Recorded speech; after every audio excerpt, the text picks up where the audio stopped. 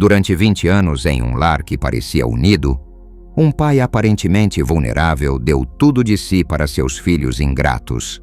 Mas quando eles exigiram que ele vendesse seu único bem para financiar um casamento e depois o bloquearam, algo quebrou por dentro. Eles pensaram que estavam lidando com um homem velho e indefeso. Estavam enganados. Eu não era apenas um pai. Eu era a razão pela qual esses filhos tinham um teto sobre suas cabeças. E quando tentaram me forçar a ceder, não imaginaram que isso levaria num jantar de reconciliação com advogados e meu ex-marido. Isso foi apenas o começo. Antes de continuar, conte-nos de onde você está nos assistindo. 20 anos. 2 décadas completas da minha vida dedicadas a construir o que eu acreditava ser uma família sólida, unida, inquebrável. Marta Esteves, mãe dedicada, trabalhadora incansável, mulher que deu tudo por sua filha. Que ingênua fui ao acreditar que o amor incondicional seria correspondido da mesma forma. A tarde de terça-feira, 15 de outubro, mudou tudo. Laura chegou em casa com aquele sorriso que eu não via há meses, aquela luz nos olhos que me lembrava a menina que costumava correr para mim de braços abertos depois da escola. Por um momento, meu coração se encheu de esperança. Talvez tivéssemos superado aquela fase difícil em que cada conversa terminava em reprovações, em que cada conselho meu era interpretado como intromissão. Mãe, tenho algo importante para te contar, disse ela enquanto se sentava no sofá da sala. Aquele sofá gasto que eu me recusava a trocar porque era a última coisa que havíamos comprado juntas, quando ainda éramos cúmplices. Eu a ouvi atentamente enquanto ela me contava sobre os preparativos do casamento. Sua voz vibrava de emoção ao descrever o vestido que havia visto, o local que haviam reservado, os detalhes que ela imaginava desde criança. Eu a sentia, sorria, participava da sua alegria, embora uma parte de mim se perguntasse por que estava sabendo de tudo isso só agora, por que não havia sido incluída nessas decisões desde o começo. O problema é o dinheiro, mãe. Seu tom mudou sutilmente, tornando-se mais cauteloso. As despesas dispararam mais do que esperávamos. Miguel e eu fizemos as contas várias vezes, mas não chegamos lá. Aí estava, o verdadeiro motivo da visita dela. Não era o desejo de compartilhar sua felicidade comigo. Não era a nostalgia pelos momentos que havíamos perdido. Era uma necessidade prática, econômica. Doeu, mas não me surpreendeu. Quantas vezes isso já havia acontecido ao longo dos anos? Quanto vocês precisam? Perguntei, embora já soubesse que a quantia seria considerável. Laura não pedia ajuda por valores pequenos. Bem, hesitou brincando com as mãos daquele jeito que fazia quando era pequena e tinha quebrado algo. Pensamos que talvez você pudesse vender o carro. O carro. Meu Seat Leon azul escuro de 2019. O primeiro carro que comprei por mim mesma, com meu dinheiro, depois do divórcio. O símbolo tangível de que eu podia me sustentar sozinha, de que não precisava depender de ninguém para me locomover, para trabalhar, para existir como pessoa independente. Lembro do dia em que saí da concessionária com as chaves na mão. Era abril de 2020, eu acabara de finalizar todos os trâmites do divórcio com Ivan. Tinha 52 anos e pela primeira vez em décadas me senti completamente livre. Livre das manipulações dele, das críticas constantes, da maneira como me fazia sentir que tudo o que eu fazia estava errado. O carro representava isso. Liberdade, autonomia, dignidade recuperada. Laura, disse medindo cada palavra, esse carro não é apenas um veículo para mim. Eu sei, mãe, mas é que não vejo outra solução. Vale uns 15 mil euros, certo? Com isso poderíamos cobrir a maioria das despesas pendentes. E você poderia usar transporte público. Ou eu poderia te levar quando precisar. Transporte público. Aos 57 anos, Depois de tudo que lutei para ter algo meu, a proposta me pareceu não apenas impraticável, mas profundamente humilhante. Era como se me pedissem para voltar ao tempo em que eu dependia dos outros para tudo, quando Ivan controlava até as despesas mais insignificantes e eu tinha que pedir permissão para comprar algo para mim mesma. Não vou vender o carro, Laura. As palavras saíram da minha boca com mais firmeza do que eu havia planejado. Vi como a expressão dela mudou, como o sorriso desapareceu e foi substituído por aquele olhar de incompreensão que eu conhecia tão bem. Como assim não? Mãe, é o meu casamento. É o dia mais importante da minha vida. E eu entendo isso, acredite. Mas esse carro representa algo que você não pode compreender. É minha independência, é a prova de que posso me sustentar sozinha. Não posso abrir mão disso. Mas é só um carro, gritou, levantando-se. Eu sou sua filha. Um pedaço de metal é mais importante que a minha felicidade. Não era apenas um pedaço de metal, e doeu que ela reduzisse a isso. Era meu salva-vidas emocional, minha âncora na realidade de que eu havia conseguido reconstruir minha vida depois do inferno que foi meu casamento. Eram as manhãs em que eu subia nele para ir trabalhar me sentindo capaz e forte. Era a segurança de saber que, se algo acontecesse, eu poderia me mover sozinha, buscar ajuda, não depender de ninguém. Laura, há outras maneiras de conseguir dinheiro para o casamento. Vocês podem pedir um empréstimo, ajustar o orçamento, buscar alternativas. Alternativas? A voz dela ficou áspera. Mãe, estamos há meses buscando alternativas. O empréstimo que conseguimos não cobre nem metade do que precisamos. Não podemos cortar mais despesas sem que pareça um casamento de pobre. Essas últimas palavras me atravessaram como punhais. Um casamento de pobre, como se a pobreza fosse algo para se envergonhar, como se eu não tivesse trabalhado dia e noite durante anos para que ela nunca sentisse essa preocupação. Como se eu tivesse esquecido todas as vezes que sacrifiquei minhas próprias necessidades para que ela tivesse o que queria. Olha, Laura, eu entendo sua frustração, mas minha resposta é não. Não vou vender o carro. Ponto final. Vi ela se transformar diante dos meus olhos. A mulher adulta desapareceu e apareceu a menina mimada, que não podia aceitar um não como resposta. Os olhos dela se encheram de lágrimas, mas não eram lágrimas de tristeza. Eram lágrimas de raiva, de indignação. Não posso acreditar que você seja tão egoísta, murmurou. Depois de tudo que o papai me disse que aconteceria, aí estava. Ivan. Mesmo ausente, sua sombra continuava se projetando sobre nossas vidas, envenenando a relação entre Laura e eu.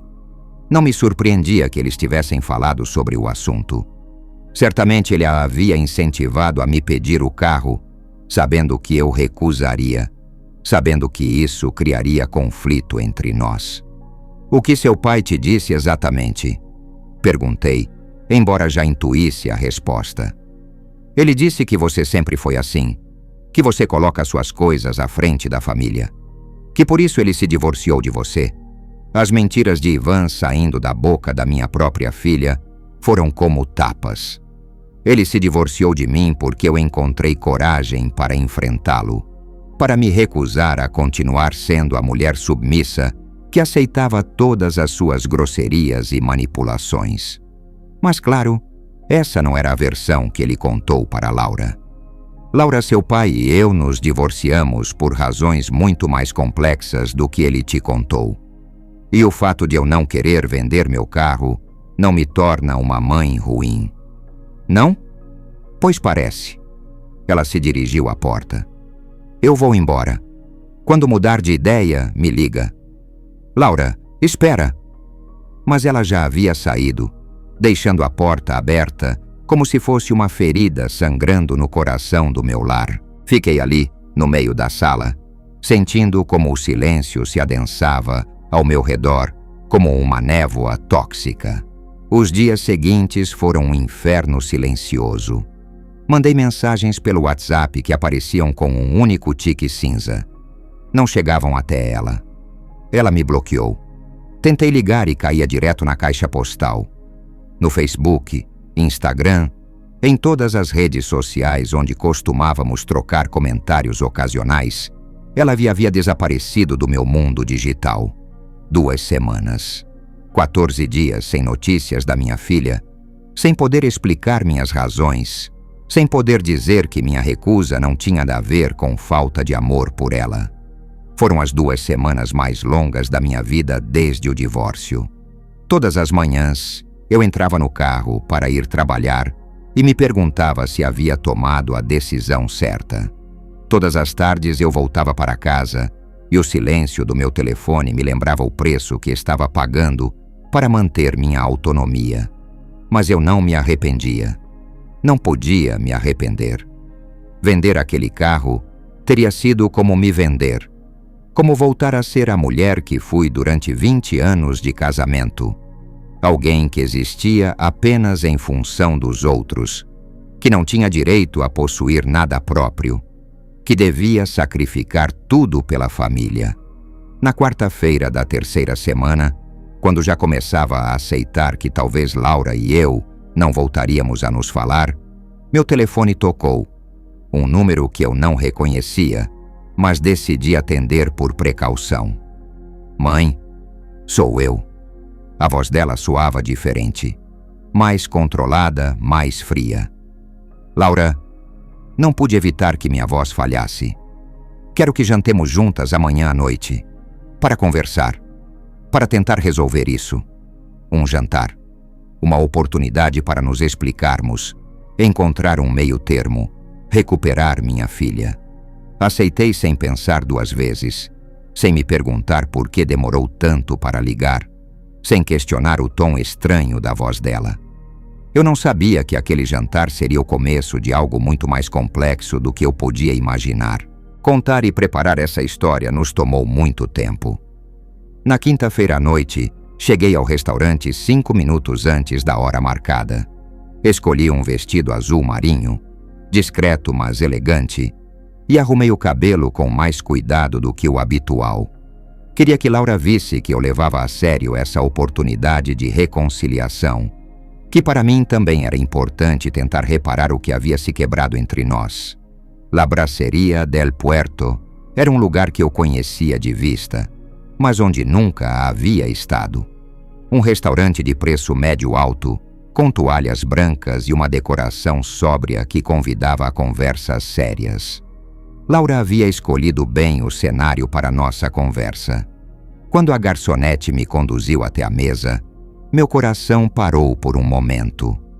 Laura estava lá, sim, mas não estava sozinha. Ao lado dela, revisando alguns papéis com ar profissional, estava uma mulher de uns 40 anos, cabelo castanho preso em um coque elegante, terno cinza escuro.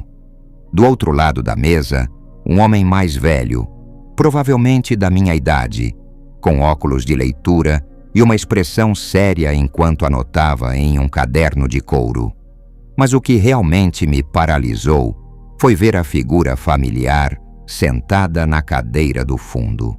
Ivan, meu ex-marido, com seu sorriso calculado e aquele olhar que eu conhecia tão bem, o que usava quando achava que tinha todas as cartas vencedoras na mão. Mãe, obrigada por vir. Laura se levantou para me cumprimentar, mas seu abraço foi rígido, formal, como se fôssemos estranhas cumprindo um protocolo social. Laura, olhei ao redor da mesa, sentindo como a confusão se misturava com uma crescente sensação de alarme. O que é isso? Permita-me apresentar. Laura manteve aquele sorriso tenso. Esta é Carmen Ledesma, minha advogada. E ele é Rafael Soares, o advogado do papai. Advogados? Minha filha havia trazido advogados para nosso jantar de reconciliação. E não só isso, havia trazido Ivan, O homem de quem me divorciei, justamente para nunca mais ter que sentar à mesa com ele fingindo que tudo estava bem. Não entendo, disse, embora uma parte de mim já começasse a entender muito bem. Pensei que íamos jantar nós duas, para conversar, para consertar as coisas. E vamos conversar, mãe. Laura me indicou para sentar. Vamos falar sobre tudo, mas achamos melhor fazer isso com ajuda profissional, para que as emoções não atrapalhem as soluções práticas. Sentei-me lentamente, sentindo cada músculo do meu corpo se tensionar. Conhecia essa sensação. Era a mesma que experimentei nos últimos anos do meu casamento, quando Ivan começou a incluir mediadores e conselheiros em nossas discussões familiares. Sempre pessoas que, de alguma forma misteriosa, acabavam dando razão a ele. Olá, Marta. Ivan falou pela primeira vez, sua voz carregada daquela falsa cordialidade que costumava usar em público. Você está bem? Não respondi. Não ia cair no jogo dos elogios vazios e da cortesia fingida. Em vez disso, olhei diretamente para Laura. Por que ele está aqui? Papai está aqui porque também faz parte desta família, mãe. E porque... Laura hesitou, trocando um olhar com Carmen. Porque há aspectos legais a resolver. Carmen pigarreou e abriu uma pasta que tinha à sua frente.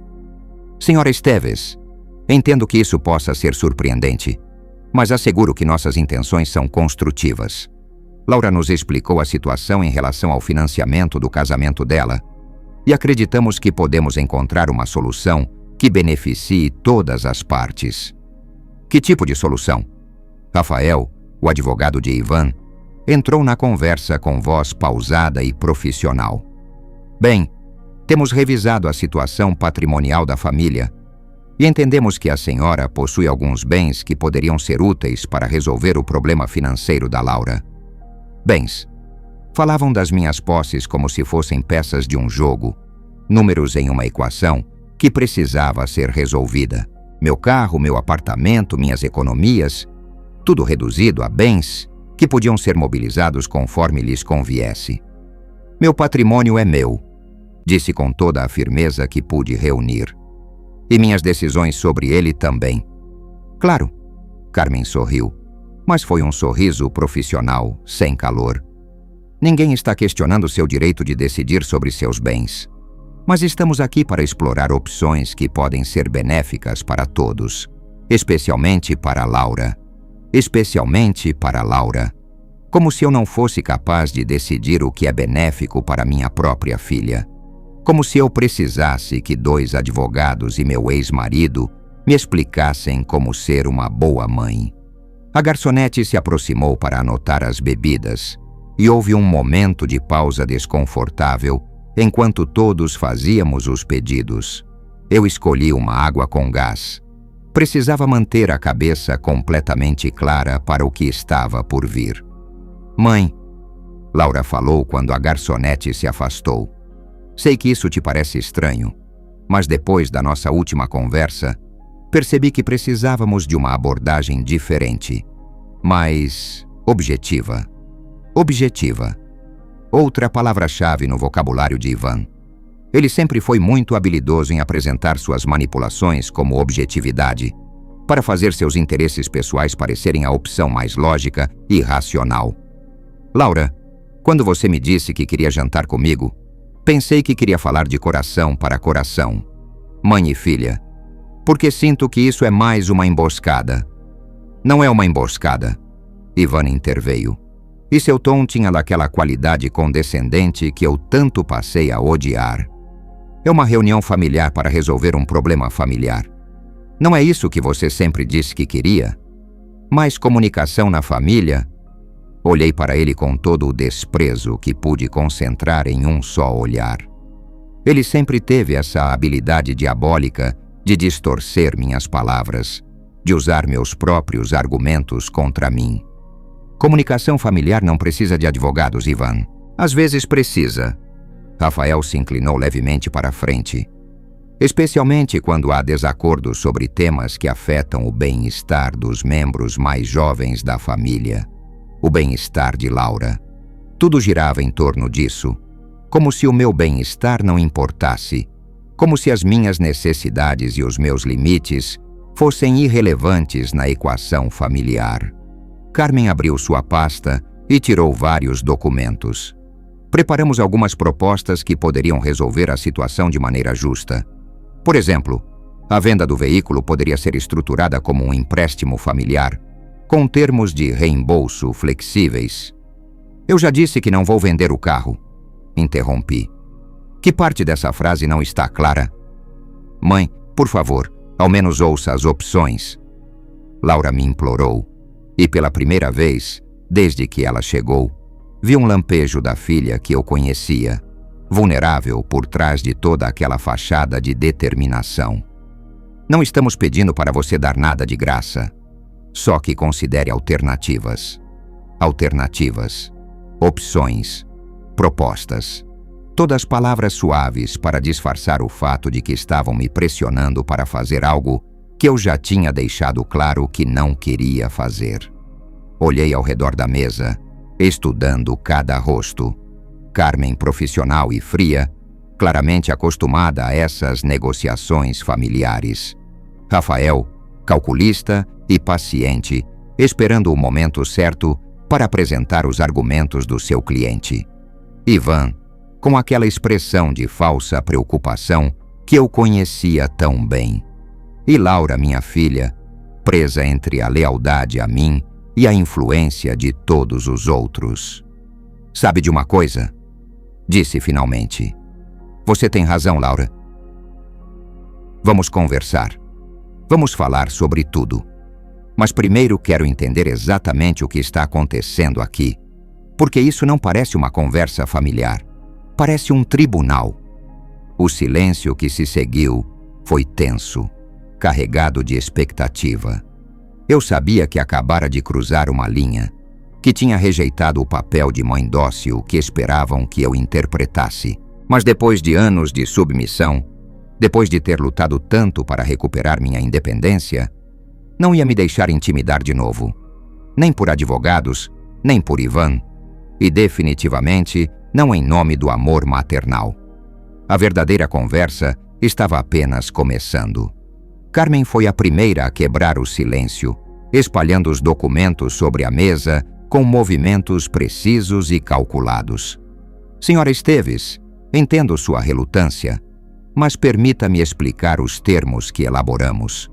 Não se trata de uma venda convencional, mas de uma reestruturação de ativos familiares que poderia beneficiar a senhora e a Laura a longo prazo. Reestruturação de ativos familiares. As palavras soavam sofisticadas, mas eu tinha vivido anos suficientes com Ivan para reconhecer a linguagem jurídica que disfarçava intenções mais simples e diretas. E exatamente o que significa essa reestruturação? Perguntei cruzando os braços.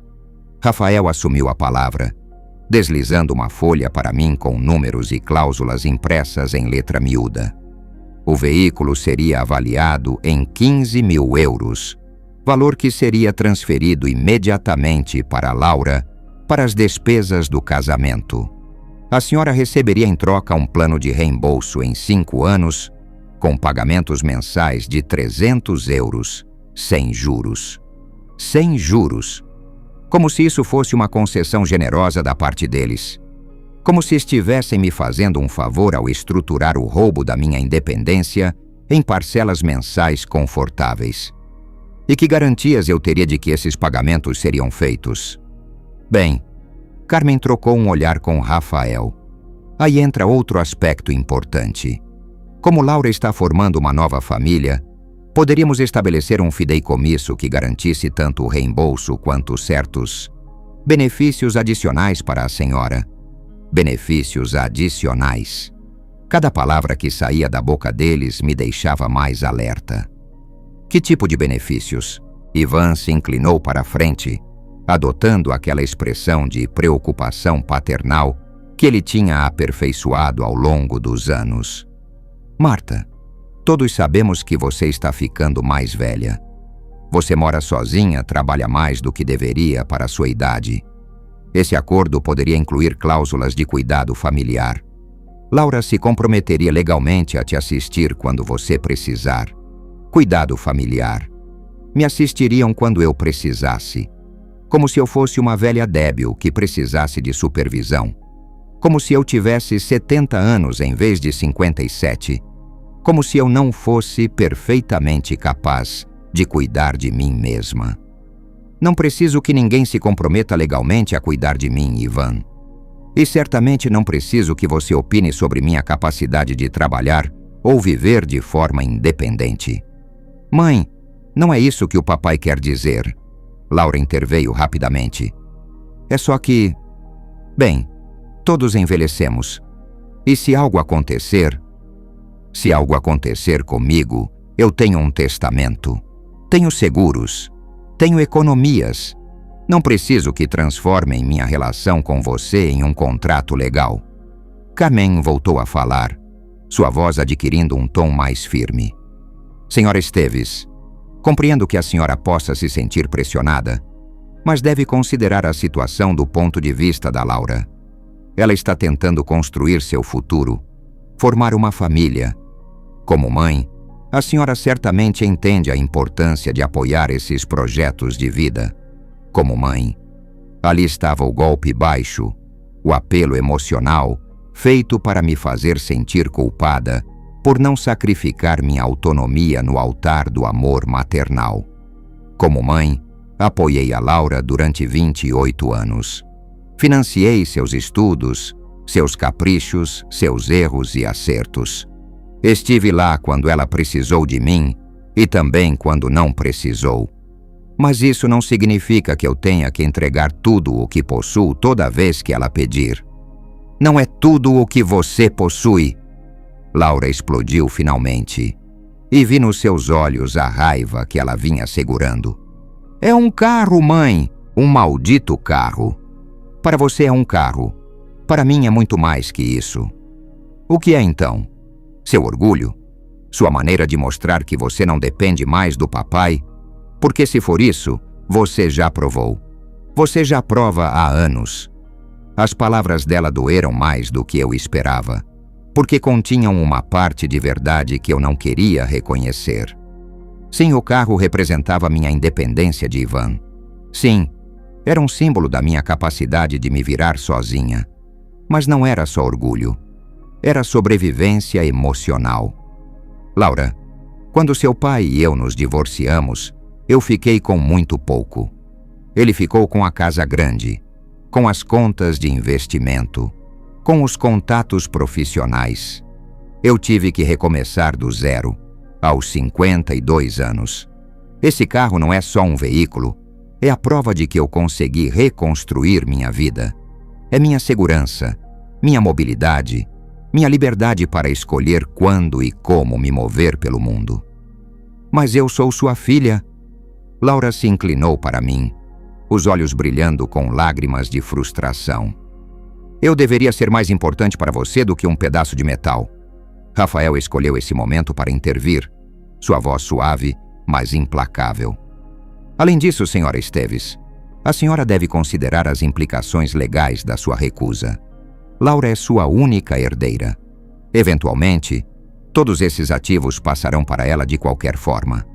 O que estamos propondo é simplesmente acelerar esse processo em uma pequena parte, para um propósito específico e justificado. Implicações legais. Herdeira. Acelerar o processo. Cada palavra era como uma gota de veneno, feita para me fazer sentir que minha resistência era inútil, que minha recusa não passava do capricho de uma mulher teimosa que atrapalhava o progresso natural das coisas. Você está me ameaçando, Rafael? De jeito nenhum. Apenas estou apontando fatos que podem ser relevantes para sua decisão. Ivan se recostou na cadeira, observando a troca com uma satisfação mal disfarçada. Reconheci a expressão. Era a mesma que ele fazia quando conseguia que outros fizessem o trabalho sujo por ele, quando conseguia que eu ficasse como a vilã da história, sem precisar sujar as mãos diretamente. Sabe de uma coisa, Ivan? Me virei para ele diretamente. Eu reconheço seu estilo em tudo isso. A pressão indireta, os intermediários, a maneira de fazer parecer que eu sou a mãe má por não ceder imediatamente ao que vocês consideram razoável. Marta, eu não... Sim, você sim. É exatamente isso que você fazia durante o nosso casamento. Toda vez que eu discordava de algo, de repente apareciam terceiras pessoas objetivas, que por acaso sempre davam razão a você. Os contadores que diziam que meus gastos eram excessivos, os conselheiros matrimoniais que sugeriam que eu era controladora demais, os amigos que opinavam que minhas preocupações eram irracionais. Carmen tentou retomar o controle da conversa. Senhora Esteves, acho que estamos nos desviando do tema central. Ninguém está questionando sua história pessoal, mas estamos aqui para resolver um problema concreto que afeta o futuro da Laura. E o meu futuro não importa? Claro que importa. Laura segurou minha mão por cima da mesa. Mãe, claro que seu futuro importa, mas você já tem sua vida estabelecida. Eu mal estou começando a minha. Eu já tinha minha vida estabelecida. Como se a vida fosse algo que se estabelece de uma vez por todas. Como se aos 57 anos eu não tivesse mais direito de proteger o pouco que consegui construir. Como se fosse egoísmo querer conservar os símbolos da minha autonomia. Olhei o documento que Rafael havia colocado à minha frente, com suas cláusulas cuidadosamente redigidas e seus termos aparentemente generosos. Eu podia ver essa armadilha entre as linhas elegantes. Uma vez que eu assinasse, uma vez que estabelecesse o precedente de que meus bens estavam disponíveis para resolver os problemas da Laura, não haveria volta. Da próxima vez que ela precisasse de dinheiro, já existiria o marco legal para me pressionar novamente. E se minha resposta continuar sendo não? O silêncio que se seguiu foi carregado e ameaçador. Os quatro me olharam com expressões que iam da decepção à irritação mal contida. Carmen fechou sua pasta com um gesto seco. Nesse caso, senhora Esteves, receio que teremos que explorar outras opções legais. Outras opções legais. Ali estava a da ameaça, finalmente explícita. Se eu não cedesse voluntariamente, encontrariam maneiras de me forçar. Mas havia algo que nenhum deles havia considerado. Eu também tinha aprendido algumas coisas durante o divórcio. Também sabia jogar esse jogo. Perfeito, disse me erguendo na cadeira. Explorem-nas. Mas enquanto fazem isso, eu também vou explorar algumas opções. A tensão na mesa era tão densa que dava para cortar com faca. Minha declaração havia mudado algo fundamental na dinâmica do encontro. Eu não era mais a mãe vulnerável sendo pressionada por profissionais. Agora, era uma adversária que também tinha cartas para jogar. Carmen foi a primeira a reagir, sua máscara profissional deslizando levemente. Que tipo de opções, senhora Esteves? As que eu considerar necessárias para proteger meus interesses, respondi, mantendo um tom deliberadamente vago. Laura me olhava com uma expressão que eu nunca tinha visto antes, como se de repente tivesse descoberto que a mãe dela era uma estranha. Mãe, isso não precisa se transformar numa batalha legal. Você tem razão, Laura. Não precisa, mas parece que já é, não? Olhei ao redor da mesa. 2 advogados, documentos preparados de antemão, ameaças veladas sobre outras opções legais. Como você chamaria isso? Ivan pigarreou, adotando aquele tom paternalista que usava há anos para me acalmar quando eu me alterava. Marta, ninguém quer uma batalha. Só estamos tentando encontrar uma solução civilizada para um problema familiar. Uma solução civilizada que, por acaso, coincide exatamente com o que vocês querem e ignora completamente o que eu preciso. E o que você precisa exatamente? A pergunta de Laura tinha um tom afiado que eu nunca tinha ouvido antes na voz dela. Porque daqui parece que a única coisa que você precisa é ter razão. As palavras dela me feriram profundamente, mas também despertaram algo em mim que estava adormecido durante essas semanas de angústia. A clareza, a compreensão súbita de que essa conversa não era realmente sobre um carro ou um casamento. Era sobre poder, sobre quem tem o direito de decidir sobre a minha vida. Sabe o que eu preciso, Laura? Preciso que minha própria filha não me traga para uma emboscada com advogados. Preciso que não me bloqueie da vida dela por 2 semanas como castigo por não ceder imediatamente às suas exigências. Preciso que entenda que eu sou uma pessoa com direitos e limites, não apenas uma fonte de recursos financeiros. Isso não é justo, não é? Então me explique quando foi a última vez que você me ligou só para perguntar como eu estava. Quando foi a última vez que me convidou para algo que não exigisse que eu pagasse a conta? Quando foi a última vez que você me pediu minha opinião sobre algo sem que tivesse dinheiro envolvido? Laura abriu a boca para responder, mas ficou em silêncio.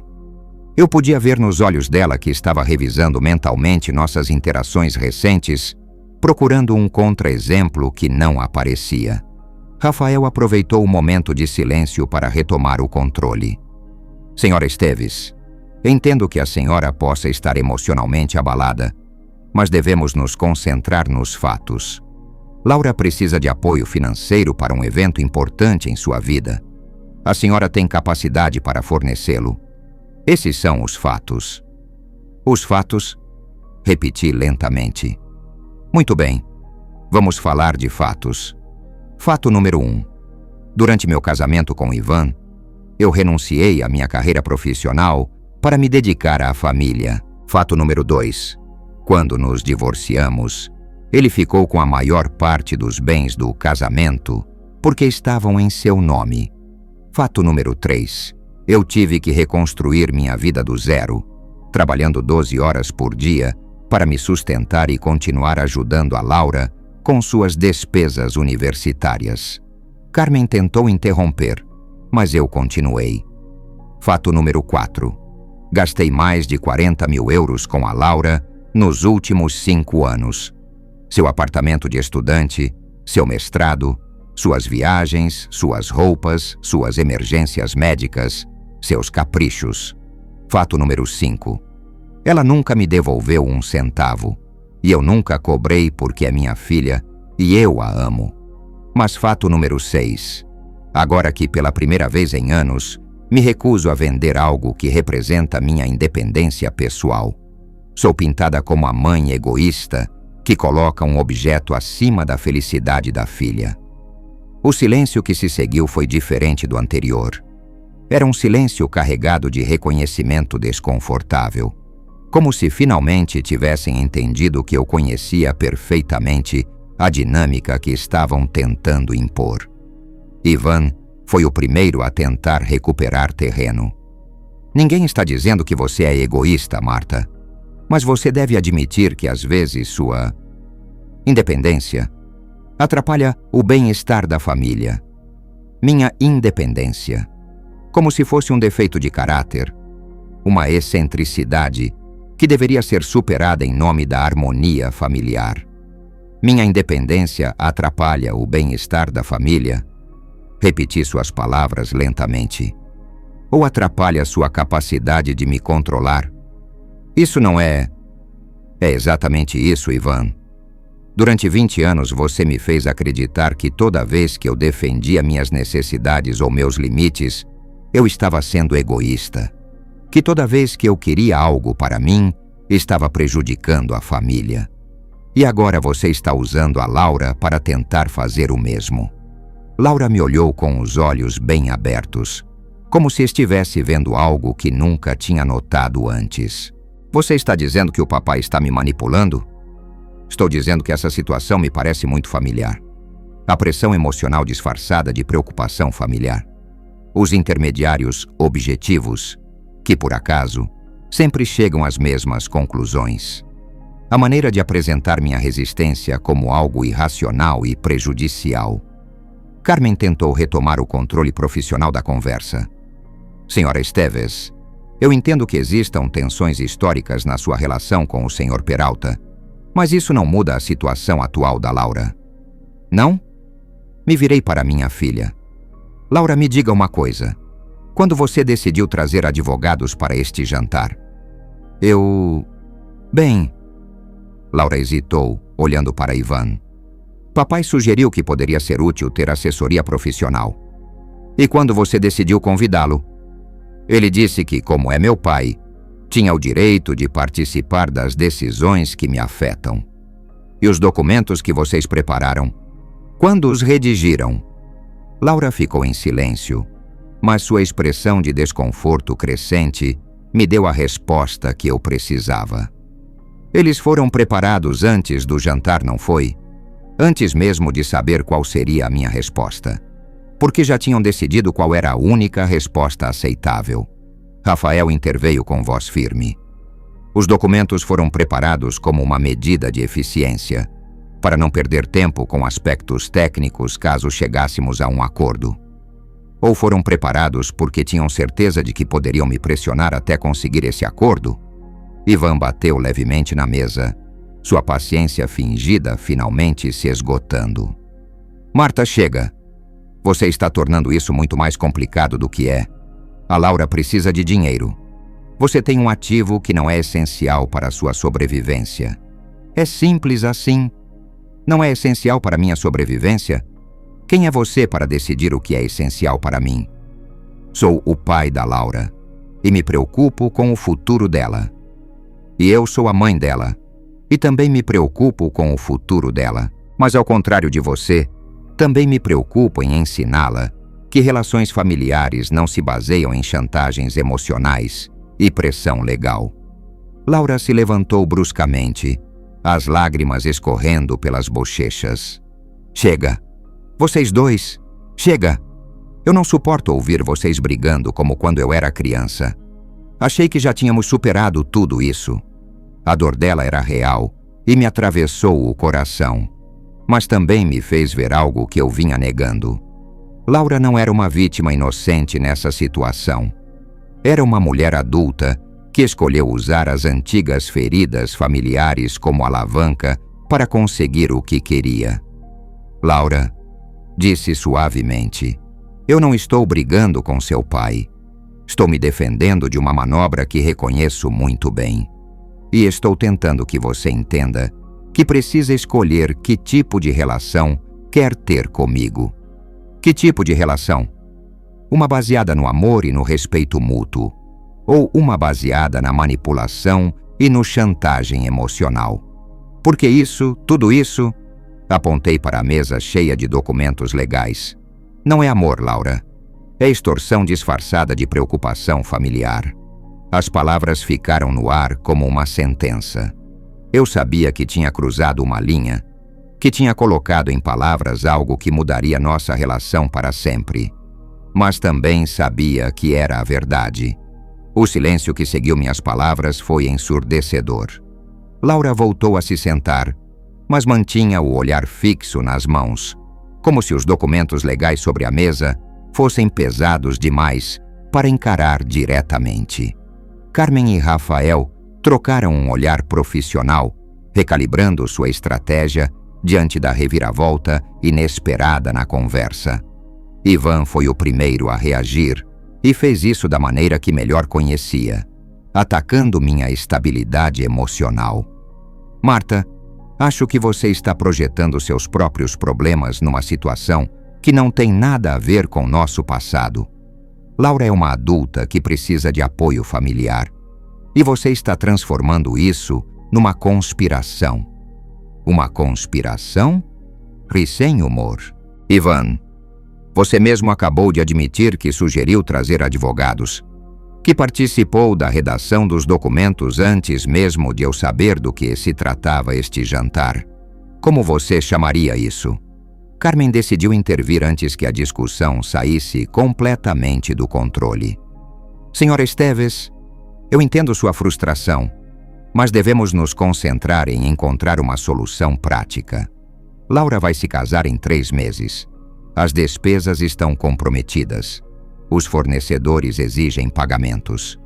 Isso não pode ser adiado indefinidamente enquanto processamos dinâmicas familiares do passado. 3 meses.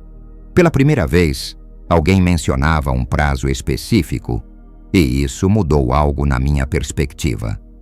Não era uma emergência imediata. Eles tinham tempo para buscar alternativas.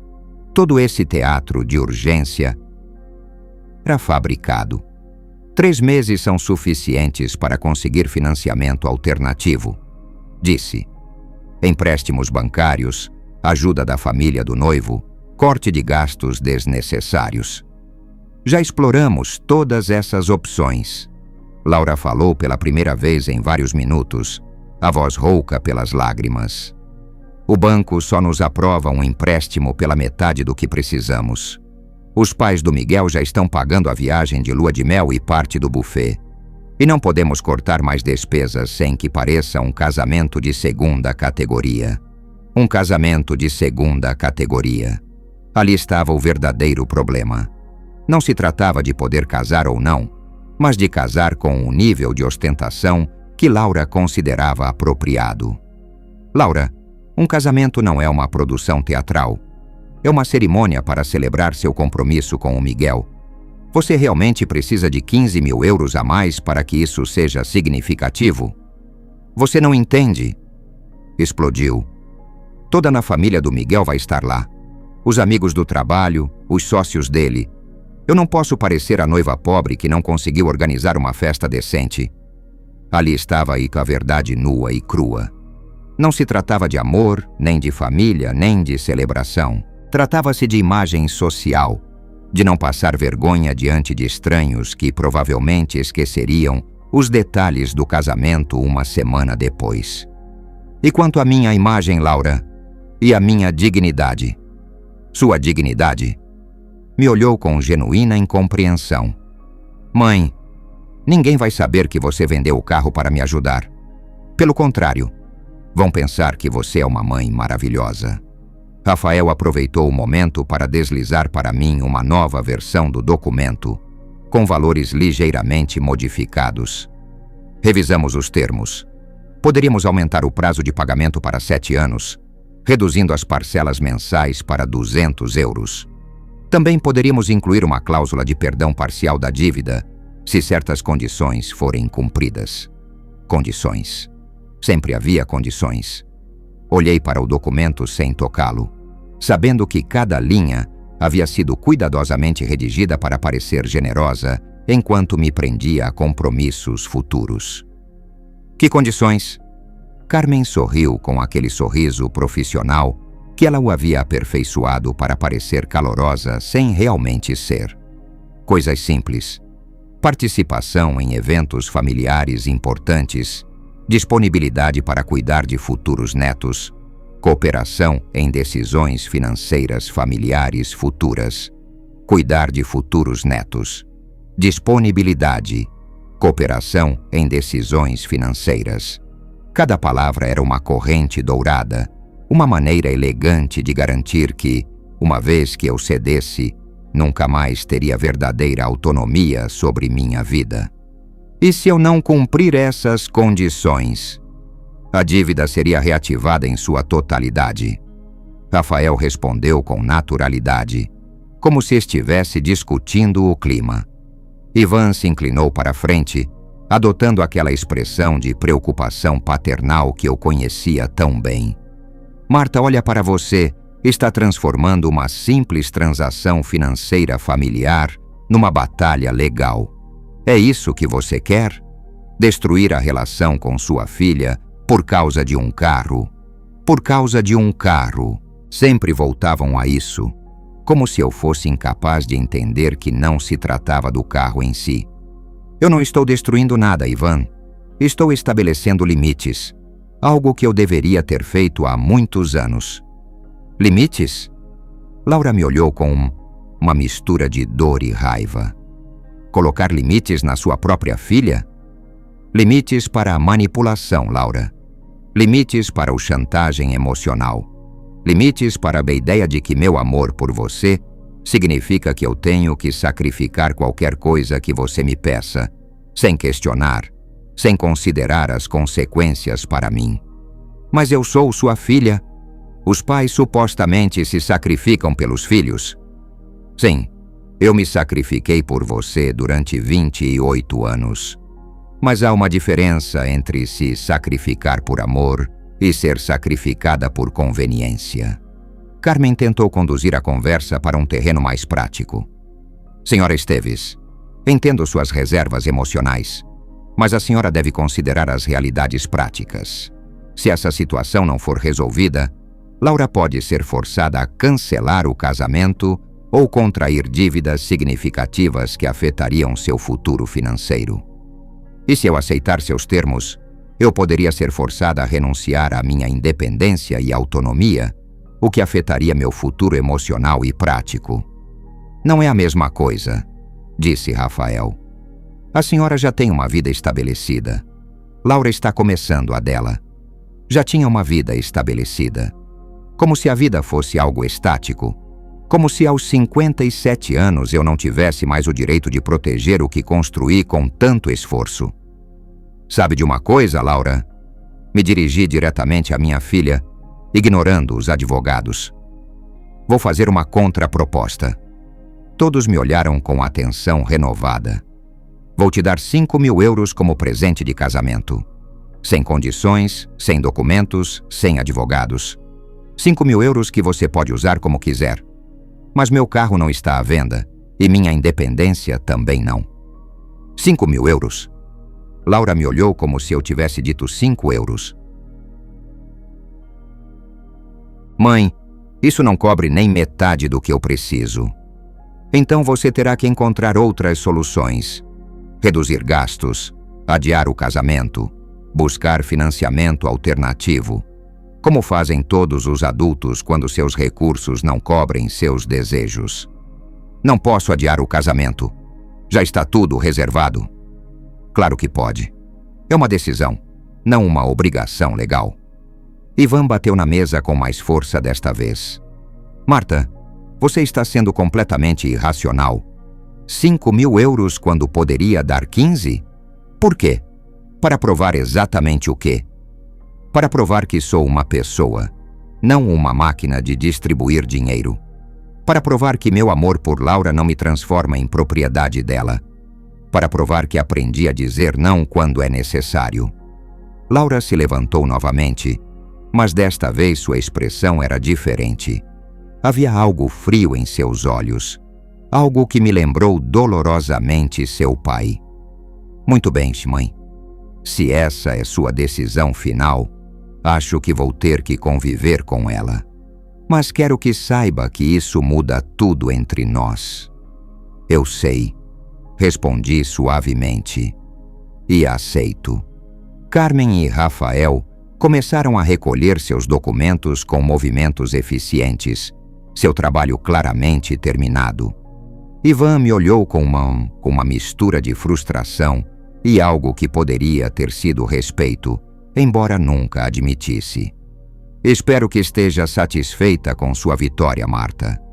Não é uma vitória, Ivan. É sobrevivência. Laura pendurou a bolsa no ombro e me olhou uma última vez. Os 5.000 euros? Sério. Sério. Sem condições. Ela assentiu brevemente e se dirigiu para a saída com os outros. Eu fiquei sentada, olhando os restos de um jantar que mal havíamos tocado, sabendo que tinha vencido uma batalha, mas me perguntando o que tinha perdido no processo. A garçonete se aproximou discretamente.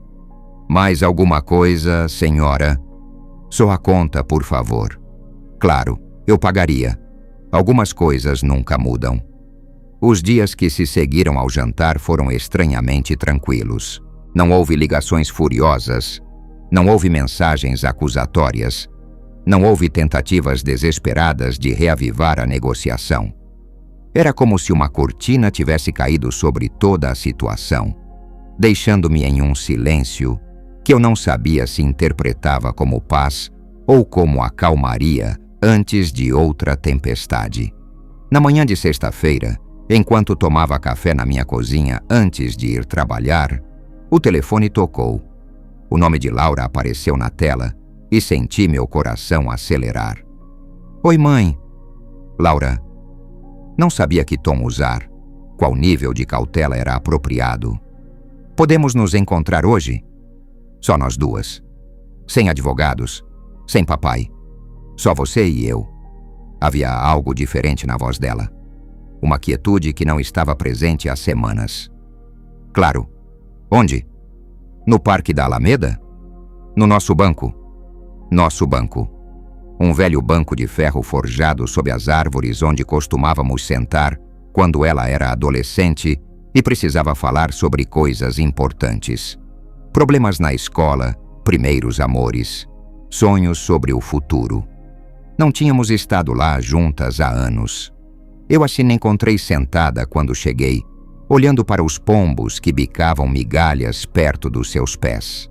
Ela usava um moletom cinza e jeans, sem maquiagem, com o cabelo preso em um rabo de cavalo simples. Parecia muito mais jovem do que no jantar do restaurante. Obrigada por vir, disse quando me sentei ao lado dela. Obrigada por ligar. Ficamos em silêncio por vários minutos, observando uma família que brincava no parque próximo. Uma mãe empurrava seu filho pequeno no balanço, enquanto o pai preparava um piquenique em uma mesa. Uma cena tão normal, tão cheia da simplicidade, que parecia ter se perdido entre nós. Tenho pensado muito no que você disse. Laura falou finalmente. Sobre a extorsão disfarçada de preocupação familiar. Laura, não, deixa eu terminar. Você está certa. Ou pelo menos, está certa em parte. Quando papai sugeriu chamar os advogados, eu achei que era uma boa ideia porque tornaria tudo mais oficial, mais sério. Não pensei em como você se sentiria ao chegar e encontrar essa situação. Era um começo, mas eu podia sentir que havia mais. O que te fez mudar de ideia? Miguel respondeu com um sorriso triste. Quando contei a ele o que aconteceu no jantar, ele ficou em silêncio por muito tempo. Finalmente me perguntou se eu realmente conhecia minha mãe, ou se só conhecia a versão de você que papai construiu na minha cabeça durante anos. Miguel, seu futuro marido, que eu mal conhecia, mas que aparentemente tinha mais clareza sobre nossa situação do que qualquer uma de nós. E o que você respondeu? Não consegui responder nada. Percebi que não sabia a resposta. Laura se virou para me olhar diretamente. Mãe, é verdade que papai ficou com a maior parte dos bens no divórcio? A pergunta me surpreendeu pela franqueza direta. Sim, é verdade. Por que você nunca me contou? Por que não queria que você pensasse mal do seu pai? E por quê? Porque parte de mim acreditava que talvez ele tivesse direito a ficar com mais, já que foi o principal provedor durante nosso casamento. Mas você também trabalhava. Trabalhei até você nascer. Depois deixei minha carreira para cuidar de você e da casa. Quando voltei a trabalhar, já tinha perdido anos de experiência e contatos profissionais. Minha capacidade de gerar renda era muito menor que a dele. Laura assentiu lentamente, como se estivesse processando informações que nunca tinha considerado.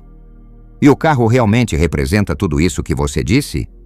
Sua independência e tudo mais? Suspirei, buscando as palavras certas. Laura, durante meu casamento com seu pai, eu não tinha nada que fosse completamente meu. A casa estava no nome dele. As principais contas bancárias estavam no nome dele. O carro da família estava no nome dele. Até as decisões sobre o que comprávamos para a casa passavam por ele. Quando me divorciei, fiquei praticamente com as roupas que estava vestindo e algumas economias que consegui acumular em segredo. Em segredo? Seu pai controlava os gastos muito de perto. Se eu queria comprar algo para mim, tinha que justificar. Se queria economizar dinheiro, tinha que explicar para quê. Então comecei a guardar pequenas quantias de dinheiro das compras do supermercado, dos presentes que ganhava no meu aniversário, de trabalhos de fim de semana que ele não sabia. Vi os olhos de Laura se abrirem com compreensão crescente. Por isso o carro é tão importante. É a primeira coisa que comprei completamente por mim mesma, com o dinheiro que ganhei, sem precisar pedir permissão a ninguém. É a prova física de que posso cuidar de mim mesma, de que não preciso depender de ninguém para me mover pelo mundo. Você consegue entender isso? Acho que sim, murmurou. Mas mãe, eu não sou o papai. Nunca tentei te controlar. Não, mas inconscientemente você usou as mesmas táticas. O bloqueio quando não conseguiu o que queria. A pressão emocional. A insinuação de que minha recusa significa que eu não te amo o suficiente. Laura cobriu o rosto com as mãos. Meu Deus, você está certa. Eu tenho feito exatamente isso, não é? Você não fazia por maldade. Mas sim, você tem repetido padrões que aprendeu observando a dinâmica entre seu pai e eu. Como você pode me perdoar? Porque você é minha filha e eu te amo. E porque reconhecer o padrão é o primeiro passo para quebrá-lo. Laura ficou em silêncio por um longo tempo, observando um casal de idosos que passeava de mãos dadas pela trilha. Miguel e eu decidimos reduzir os gastos do casamento. Disse finalmente. Vamos cancelar algumas coisas que realmente não precisamos. O carro de luxo para chegar à igreja, as flores importadas, o fotógrafo de Barcelona que custava uma fortuna. Com os 5.000 euros que você me ofereceu e os cortes, podemos fazer funcionar. Senti uma onda de orgulho e alívio. E como você se sente com isso? Surpreendentemente bem. Miguel diz que prefere começar nosso casamento sem dívidas enormes do que uma festa que vamos lembrar por uma semana. Estou gostando cada vez mais do Miguel. Eu também. Laura sorriu pela primeira vez em toda a nossa conversa. Mãe, tem mais uma coisa que quero te dizer. Papai me ligou ontem à noite.